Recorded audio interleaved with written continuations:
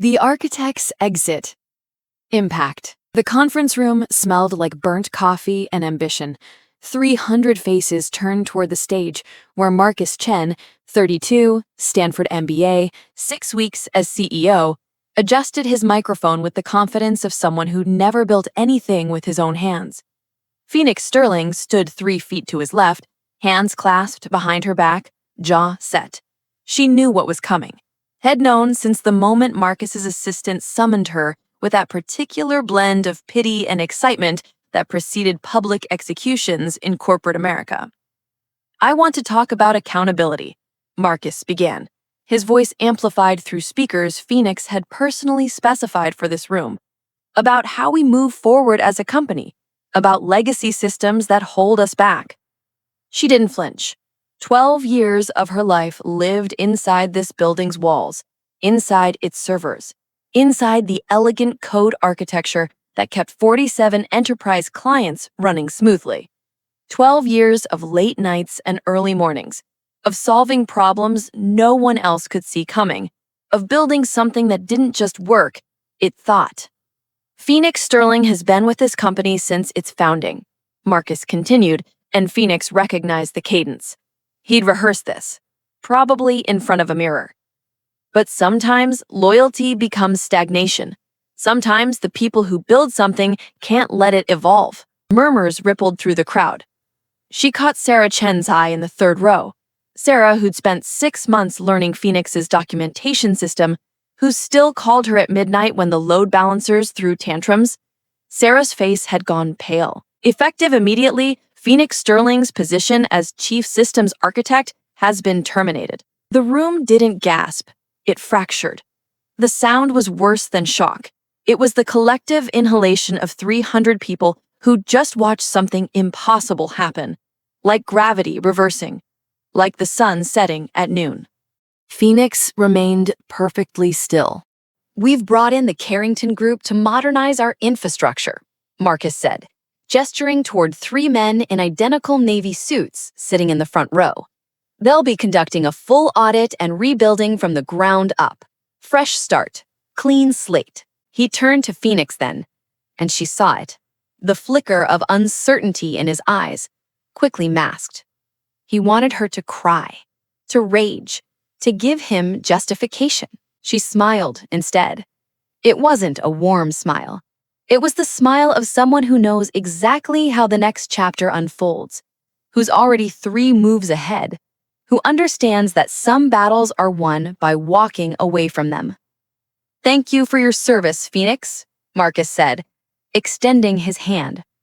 She looked at it, looked at him, looked at the 300 employees who just witnessed their company's beating heart get ripped out and discarded. Then she walked past his outstretched hand, past the microphone, past the Carrington Group's expensive suits, and out the double doors at the back of the conference room.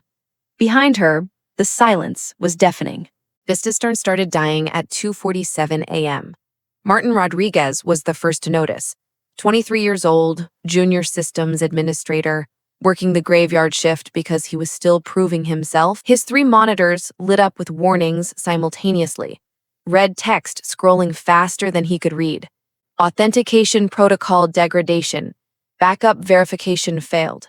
Primary index corruption detected. What the hell? He grabbed his phone, fingers trembling as he pulled up the incident response list. His supervisor, Greg Matheson, answered on the 4th ring, voice thick with sleep. "This better be..." "The authentication system is throwing errors. Thousands of them. Everything's still running, but the logs are going insane." Silence. Then, "Run the standard diagnostics. I'll be there in 20. But the standard diagnostics didn't help. By the time Greg arrived, hair uncombed, wearing yesterday's shirt, 6 more junior admins had been called in. They crowded around Martin's desk, watching the cascade of errors multiply. It's forgetting things. Look, here it authenticates client 47's morning batch job. 5 minutes later, same job, it doesn't recognize the credentials. But then it does again, then it doesn't." Greg's jaw tightened. "Get the Carrington people on the phone." "It's 3 in the morning. Now, Martin." The Carrington Group's lead consultant, a man named Blake Hoffman who wore his certifications like military medals, arrived at 4:15 a.m. He'd brought two associates. They moved through the server room with the aggressive confidence of people who'd been told they were fixing a broken toy. "We need to reboot the authentication core," Blake announced after 15 minutes of reviewing logs on his tablet. "Clean restart, flush the corrupted cache." "Phoenix never rebooted the core," Martin said quietly. "She said it was self-correcting, that forcing a restart could—" "Phoenix isn't here anymore," Blake cut him off. "And this system is clearly unstable. We reboot. Now." Greg hesitated, looked at the screens, looked at Blake's certainty. "Do it," he said. They initiated the reboot sequence at 4:47 a.m., exactly 2 hours after the first warning. The system went dark. Then it came back up. And that's when everything truly fell apart. The lock. The login screen appeared. Standard interface, blue background, white text field, cursor blinking expectantly. Blake typed in the master credentials, the credentials that had worked for 6 weeks, since Phoenix's departure, the credentials the Carrington Group had been given as part of their transition documentation, valid credentials. He tried again. Same result.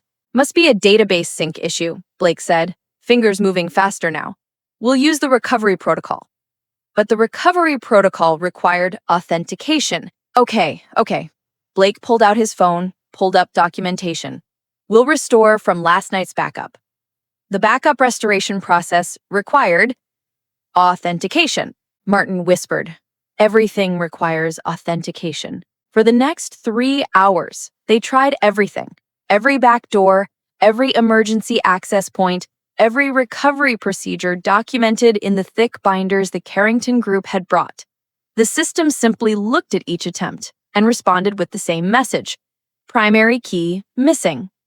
By 8 a.m., when the first employees started arriving, 47 enterprise clients couldn't access their systems. By 8:30, the phone started ringing. First a trickle, then a deluge. By 9 a.m., Blake Hoffman's confident facade had cracked completely. "This is impossible," he said, staring at the screen. "We have root access. We have physical access to the servers. There's no such thing as a truly unbreakable system." "Phoenix built this," Sarah Chen said from the doorway. She'd been standing there for 10 minutes, watching them fail. "She always said the system had to want you in." We thought she was being poetic. Blake whirled on her. "Code doesn't want things. That's not how this works." Sarah looked at him with something like pity. "Maybe not the code you write." At 9:47 a.m., Marcus Chen arrived, trailing 2 board members and an atmosphere of barely controlled panic. His face had the gray pallor of someone who'd spent the last hour on phone calls with lawyers. "Status," he demanded. "We're locked out," Blake said flatly. "Complete system lockout. I've never seen anything like it." "Then crack it. Override it. That's what we're paying you for." "It's not that simple. The architecture it's like nothing I've encountered. Every access point authenticates through a central protocol that's—" Blake paused, reading something on his screen. "That's not even in the documentation. There are layers here that weren't in any of the handoff materials." Marcus's face went from gray to red. "She sabotaged it. That bitch sabotaged the system before she left." "No," Martin said quietly. Everyone turned to look at him. The junior admin swallowed hard but continued. "The system was perfect until we rebooted it. Phoenix always said the reboot. She said it would trigger the primary key verification. She said the system had to recognize who was giving it orders. That's insane. That's—" Marcus stopped, pulled out his phone, dialed, waited. "Dad? We have a problem." The return. Thomas Sterling Chen arrived at 2:15 p.m. in a charcoal suit that cost more than Martin's car. His silver hair impeccable, his face carved from granite and disappointment. He'd built this company 30 years ago in a garage, built it into an empire, and then 6 months ago, he'd handed it to his son. He walked through the office in complete silence. Employees parted like water. He didn't acknowledge them, didn't speak, just moved through the chaos with the inevitability of a glacier. In the server room, he surveyed the scene. Blake and his associates surrounded by laptops and tablets and scattered documentation, Greg and his team hollow-eyed from exhaustion, his son Marcus pacing like a caged animal. "Tell me," Thomas said. Blake started to speak, but Thomas held up one hand. "Martin, you tell me." Martin, startled at being addressed directly by the company founder, stammered through an explanation. The reboot, the lockout, the primary key error, Phoenix's warning. Thomas listened without interruption. When Martin finished, Thomas closed his eyes for a long moment. "Where is Phoenix Sterling?" he asked. "Gone," Marcus said quickly. "I fired her. She was—" "I know what you did. I watched it on the security footage." Thomas's voice could have frozen nitrogen. "I asked where she is, not what you did. We don't know. She hasn't answered calls." Thomas pulled out his own phone. Dialed. Everyone in the room held their breath. It rang 4 times. Then, "Hello, Thomas." Phoenix's voice came through the speaker, calm as still water. Thomas had put her on speaker, and every person in that room leaned forward to hear. "Phoenix." Something in Thomas's voice shifted, softened just slightly. "We need you." "You need the system access," Phoenix corrected gently. "Different thing.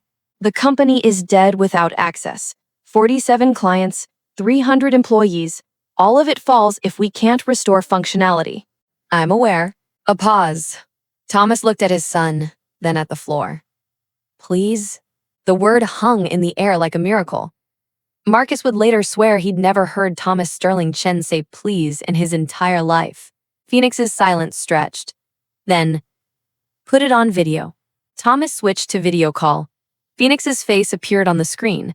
She was sitting in what looked like a coffee shop, afternoon light streaming through windows behind her, a laptop open in front of her. She looked rested, peaceful. "You look well," Thomas said. "I am well. Freedom suits me." "Phoenix, is Marcus there?" Marcus stepped into frame, his earlier confidence completely gone. Phoenix looked at him for a long moment. "6 weeks ago, you told me I was stagnant," she said, "that I was holding the company back, that you needed fresh blood, modern thinking, clean slate architecture. I may have been hasty. You were precise. You meant every word." Phoenix leaned forward slightly. "Tell me, Marcus, what did the Carrington Group charge you for their modernization audit?" Blake shifted uncomfortably. Marcus's jaw worked. "That's not $3 million, Phoenix said. "I looked it up. They're very transparent about their rates. $3 million to tear apart what I built and rebuild it in their image. Except now you have neither their solution nor mine. You have a very expensive door you can't open." "This is blackmail," Marcus said. "This is consequence." Phoenix's voice remained perfectly level. "You fired me in front of 300 people. You humiliated me, dismissed my work, and replaced me with consultants who don't understand what they're looking at. Did you really think you could do all that and face 0 ramifications?" Thomas stepped fully into frame. "What do you need, Phoenix? Name it. Your job back, double salary, equity. Anything." Phoenix smiled. Not the cold smile from 6 weeks ago. Something warmer, sadder. "I don't want to come back, Thomas. I spent 12 years building your dream. It's time I built my own." "Then what?" Thomas's voice cracked slightly. "We have children's hospitals using our systems, schools, food banks. If we go down, they go down." Phoenix was quiet for a moment. "Put Martin Rodriguez on." Martin nearly dropped the phone Thomas handed him. "Yes?" "Martin. In my office, in what used to be my office, there's a locked drawer in the desk. Bottom right. The key is taped under the center drawer. Inside, you will find a USB drive marked Reset 0. Do you understand?" "Yes." "Yes, I—" "Bring it to server room 1. I'll walk you through the rest." Martin ran, literally ran through the office, taking stairs 2 at a time because the elevator was too slow. Found Phoenix's old office, now marked for remodeling, half-packed boxes stacked against the walls. Found the desk. found the key, found the drive. When he returned to the server room, Phoenix was still on screen. "Everyone out except Martin and Thomas," she said. Blake started to protest, but Thomas's look could have shattered diamonds. The room cleared in 30 seconds. Phoenix walked Martin through it step by step. The drive contained a single executable. He plugged it in, ran it, and watched as code scrolled across the screen. Elegant, efficient, doing in 40 lines what most programmers would need 400 to accomplish. The system hummed. Lights flickered across the server racks. The login screen reappeared, but this time it was different. Where before it had shown a standard credential prompt, now it displayed a single question. "Who are you?" Martin looked at the camera, at Phoenix. "Type Martin Rodriguez," she said. "Your name, nothing else." He did. The system paused, thought, then authentication accepted. Core systems restored. Welcome home, architect. That last line appeared in Phoenix's office, where she was watching her own screen. She smiled. "It's done," she told Thomas. "Martin has root access. He'll need to rebuild the authentication hierarchy for everyone else, but the system will accept him.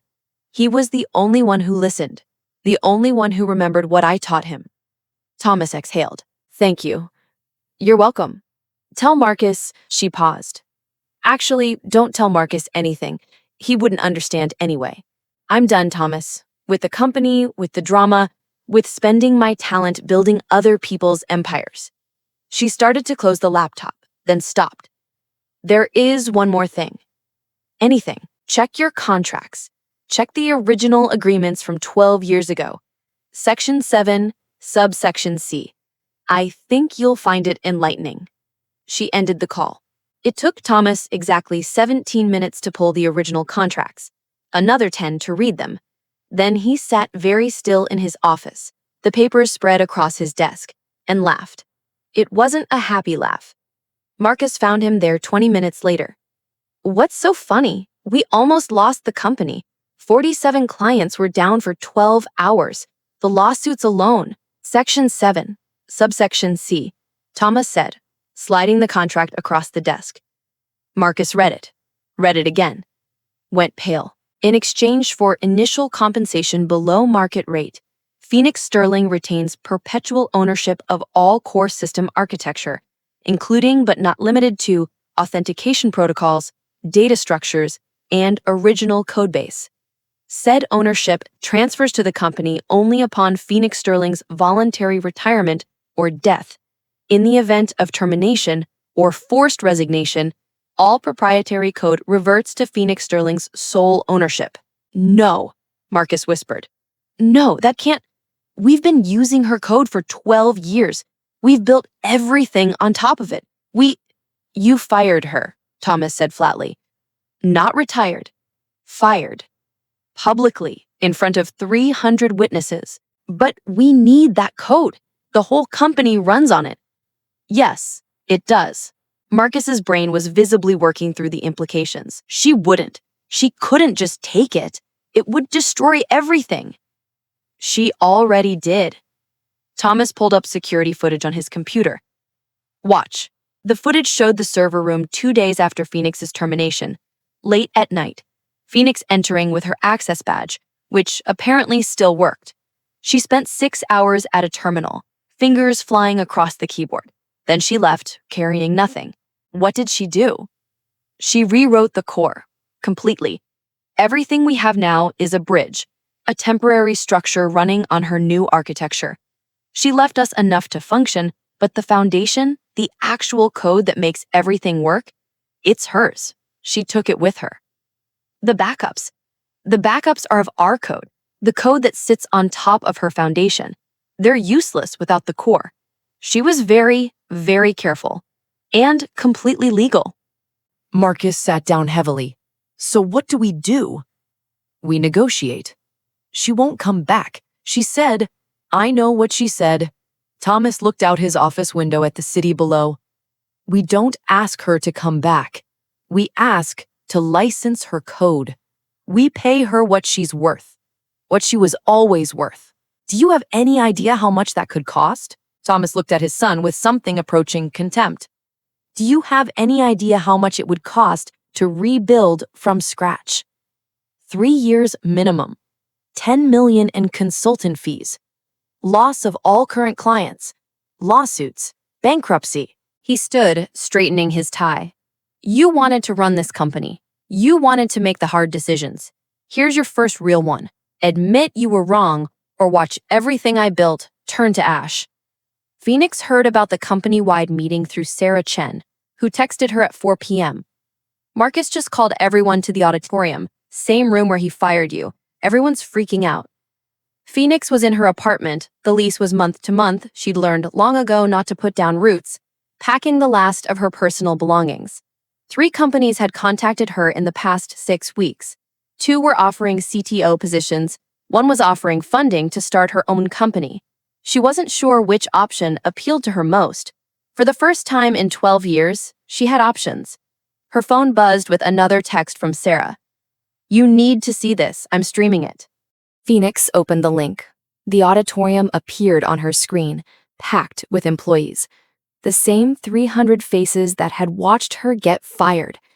But this time, Marcus wasn't alone on stage. Thomas stood beside him, and between them, on the large screen behind the podium, was a document.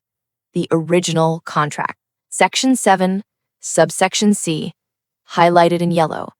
Marcus stepped to the microphone. He looked like he'd aged 5 years in 6 weeks. 6 weeks ago, I made a decision, he began. I fired Phoenix Sterling. I did it because I thought I knew better. I thought fresh perspectives and modern approaches would move us forward faster. He paused. I was wrong. The room was so quiet, Phoenix could hear her own breathing. Phoenix Sterling built this company's foundation. Not just the code, but the philosophy, the attention to detail, the integrity. And I fired her for it. Marcus looked directly at the camera, at Phoenix, somehow knowing she was watching. The system didn't break because she sabotaged it. It broke because she wasn't there. Because code isn't just logic, it's trust. And the system trusted its creator. He stepped back. Thomas took the microphone. In my 30 years building this company, I've made many mistakes. My biggest was not protecting Phoenix Sterling, not recognizing her value, not stopping my son when I saw what he was planning. He looked at Marcus. We don't get to undo that day, but we can acknowledge it. We can learn from it. Thomas gestured to the contract on screen. Phoenix owns the core of our system, always has. I structured it that way 12 years ago because I knew talent when I saw it, and I knew she'd be tempted away by bigger offers. I wanted her to have skin in the game. What I didn't anticipate was my own son forcing her out. He paused. As of tomorrow, this company will begin paying Phoenix Sterling a licensing fee for use of her architecture. Fair market rate, backdated to her termination date. She'll receive quarterly royalties tied to our revenue. And if she chooses to build her own company, we'll be her first client. The room exploded, not in anger, in applause. It started with Sarah, standing in the 3rd row, then Martin, then row by row, person by person, 300 employees rose to their feet. They weren't applauding Thomas's announcement. They were applauding Phoenix, even though she wasn't there. Phoenix watched on her phone screen, tears she hadn't allowed herself to cry 6 weeks ago, finally breaking free. Her phone rang. Thomas. Are you watching? He asked. Yes. They miss you. I miss them too. But I'm not coming back. I know. The offer stands anyway. The licensing fee, the royalties, all of it. You earned it. Phoenix wiped her eyes. Thank you, Thomas. Thank you for not burning it all down. You could have. I considered it, she admitted, for about 30 seconds. Then I remembered all the people who depend on the system. The hospitals, the schools. They didn't fire me. What will you do? Phoenix looked around her apartment. Boxes packed, future unwritten. Build something new, she said. Something mine. The offer from Meridian Ventures came through at 9 p.m. 20 million in seed funding, complete creative control, her choice of team. They'd been watching her career for years, apparently. They'd watched her build a system that became sentient enough to choose its own master. "We don't want to own you," the email read. "We want to see what you build when no one's holding you back." Phoenix read it 3 times. Then she opened her laptop. The system she'd built for Thomas's company was elegant, yes, sophisticated, but it was also constrained by existing infrastructure, by legacy clients, by the need to integrate with things built by other people. What would she create starting from scratch? Her fingers touched the keyboard. Code began to flow. Not the careful, documented, committee-approved code of corporate development, but the wild, brilliant, experimental code of pure creation. She worked through the night, fueled by coffee and freedom and the intoxicating sensation of building without permission. By sunrise, she had a prototype. By noon, a working model. By sunset, something that made her old system look like a Model T next to a Tesla. She called it Prometheus, the firebringer. Sarah was her first call. "How would you like to do something impossible?" "What kind of impossible?" "The fun kind."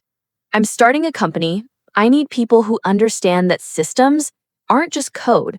They're relationships. They're trust. They're living things." Sarah's response was immediate. "When do I start?" "Tomorrow." "I'll need to give notice." 2 weeks then. I'll wait. I've got 11 years and 50 weeks worth of patience saved up. By the end of the week, Phoenix had 12 offers. 6 employees from her old company requesting to jump ship, 4 independent developers she'd mentored over the years, 2 fresh graduates whose thesis papers had made her sit up and take notice. She accepted 8, the ones who understood what she was building. Not a company, a movement. Ownership. 3 months after her termination, Phoenix Sterling walked into the annual tech conference at the Moscone Center, carrying a laptop and a quiet smile. She'd been invited to speak, not by the conference organizers, they'd initially rejected her proposal, but Marcus Chen, in what Phoenix recognized as an attempt at redemption, had given up his speaking slot and insisted she take it. The auditorium was packed. 3,000 developers, engineers, CTOs, and founders. In the front row, Thomas, Sarah, Martin, even Marcus, though he had the decency to look uncomfortable. Phoenix took the stage without notes. 12 years ago, I built a system. I built it carefully, elegantly, with every ounce of skill I possessed. I built it to last. I built it to grow. I built it to be trusted. The screen behind her lit up with code. Her code. Beautiful, precise, efficient. 6 weeks ago, I was fired. Publicly. In front of 300 people. I was told I was stagnant, that my work was holding the company back, that they needed fresh blood. She paused. They were partially right. My work was holding them back, but not in the way they thought. It was holding them back from failing, from breaking, from learning that you can't build something meaningful without respect for the people who built it first. She clicked to the next slide. The login screen. The question, "Who are you?" After I was fired, they tried to reboot my system. It locked them out. Complete lockout. Nothing they tried worked. And people said I'd sabotaged it, that I'd booby-trapped my code out of spite. Phoenix shook her head. I didn't sabotage anything. I built a system that understood trust, that verified intent, that checked, always, whether the person giving orders had earned the right to give them. And when they rebooted without that trust, without that foundation, the system did exactly what it was designed to do. It said no. She looked directly at the audience. Your code is watching you, not because you program it to spy, but because code reflects its creator. If you build with integrity, your systems will demand integrity. If you build with shortcuts and compromises, your systems will fail at the worst possible moment. If you build with respect for the people who'll use and maintain it, your systems will be maintainable. And if you build while disrespecting the people around you, she smiled, your systems will remember. The applause started slow, then built. But Phoenix wasn't finished. I own the core architecture of one of the largest enterprise systems in North America. Not because I fought for it, not because I sued for it, but because 12 years ago, A man named Thomas Chen recognized that ownership matters, that the person who builds something should have stake in it, should benefit from it, should be able to walk away from it if necessary. She looked at Thomas in the front row. He nodded once. 3 months ago, I walked away. I'm building something new now, something I own completely. And I'm hiring. But here's what I look for. I don't want rock stars. I don't want ninjas. I don't want people who think they're so brilliant they can tear down and rebuild without understanding what they're destroying. Phoenix leaned into the microphone. I want people who respect the code that came before them, people who read documentation, people who ask why before they change what, people who understand that every system is an ecosystem, and you don't improve ecosystems by burning them down. You improve them by understanding them first. She clicked to her final slide, a single line. A backup is nothing without the original. They had backups of my system, dozens of them, terabytes of redundant data, and none of it mattered because backups are just shadows. They're not the thing itself. They're not the living, breathing, evolving creation. They're photographs of a moment that's already passed. Phoenix closed her laptop. Build things that matter. Build things that last. Build things with people who respect what you're building. And never let anyone tell you that your work is less valuable than their ambition. She walked off stage to a standing ovation. Finale. Phoenix left the conference at sunset. The city was beautiful in that golden hour, all shadow and light, possibility and memory. Her phone buzzed. An email from Meridian Ventures. Prometheus launch in 6 weeks. Client inquiries already at 200%. You're going to change everything. Another from Sarah. Just got our office space confirmed. It has a roof deck. We're going to build something beautiful. Another from Martin, still at the old company but learning everything he could from Phoenix's documentation. Thank you for the system. Thank you for trusting me with it. I won't let you down. And one from Thomas. My son wants to apologize. I told him you don't owe him the opportunity, but if you're willing, he's learning. Slowly. Your contract terms are now standard across the company. Every developer owns their core contributions. You changed more than the code. You changed how we think about building. Phoenix didn't respond to any of them yet. She walked through the city as evening fell, past buildings where she'd once worked 80-hour weeks, past coffee shops where she'd debugged impossible problems, past the life she'd built for someone else's vision. She felt light, untethered, free. Her phone buzzed again. Unknown number. She almost didn't answer. Then curiosity got the better of her. Phoenix Sterling? Miss Sterling, my name is Adriana Kim. I'm with the Department of Defense's Cyber Architecture Division. We've been following your work. We have a project that might interest you, assuming you're interested in building the most complex authentication system in human history. Something that will protect critical infrastructure. Something that will matter. Phoenix stopped walking, looked up at the darkening sky. Tell me more. They talked for an hour. By the end, Phoenix was smiling. Not the cold smile from 3 months ago, not the careful smile on the conference stage. A real smile. The smile of someone who'd heard an impossible problem and knew she could solve it. I'll send you my preliminary thoughts by Monday, but fair warning, I own everything I build. Always. That's non-negotiable. We wouldn't have it any other way, Miss Sterling. We need someone whose code can't be replicated, can't be stolen, can't be broken. We need code that only answers to its creator. Phoenix laughed. You've done your research? We watched your entire company nearly implode because their system wouldn't work without you. That's exactly the kind of loyalty we need. The question is, are we the kind of organization you want to build it for?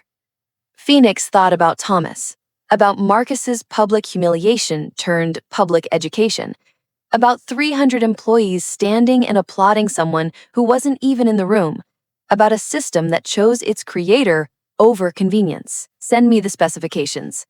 Let's see if you deserve me. She hung up and continued walking. The city lights were coming on now, thousands of windows glowing against the night. Behind each one, people working, building, creating. Some of them would be brilliant. Some would fail. Some would build empires. Some would burn out. Phoenix had done all of it, had been brilliant and exhausted, had built an empire and watched it try to discard her, had burned out and risen from those ashes stronger than before. Now she was something else, something she'd never been before. Free. Her phone buzzed one more time. A message from her bank. Wire transfer received, 2.4 M. Description, Q1 licensing fee. Phoenix had almost forgotten. The royalties. The licensing agreement. The architecture she'd built that the company couldn't function without. They were paying her now. Would keep paying her. Quarterly. Forever. Or until they rebuilt from scratch. Which, given the complexity of her work, meant forever. She'd built a system so elegant, so sophisticated, so fundamentally integrated that removing her code would mean rebuilding everything. Every client interface, every authentication protocol, every data structure. She'd built herself into the foundation. Not as sabotage, as artistry. Phoenix Sterling hailed a cab, got in, gave the driver her address, her new address, the apartment she'd moved into last week, the one with the view of the bay and the extra room for a home office, and a lease she'd signed in her own name with her own money. Long day? The driver asked. Long career, but I'm just getting started. As they drove through the city, she opened her laptop one more time, pulled up the Prometheus codebase, added a single comment at the top. Built by Phoenix Sterling. Owned by Phoenix Sterling. For everyone who was told they were replaceable. Version 1.0.0, the original. She saved it, pushed it to her private repository, closed the laptop. Behind her, the conference center disappeared into the distance. Ahead, the city stretched out in infinite possibility, and somewhere in the digital infrastructure of a company that had tried to erase her, her code hummed quietly, remembering its creator, choosing its loyalty, proving every single day that some things, some people, are irreplaceable. Not because they're perfect, because they're original. Phoenix smiled and watched the city lights blur past her window, already thinking about what she'd build next.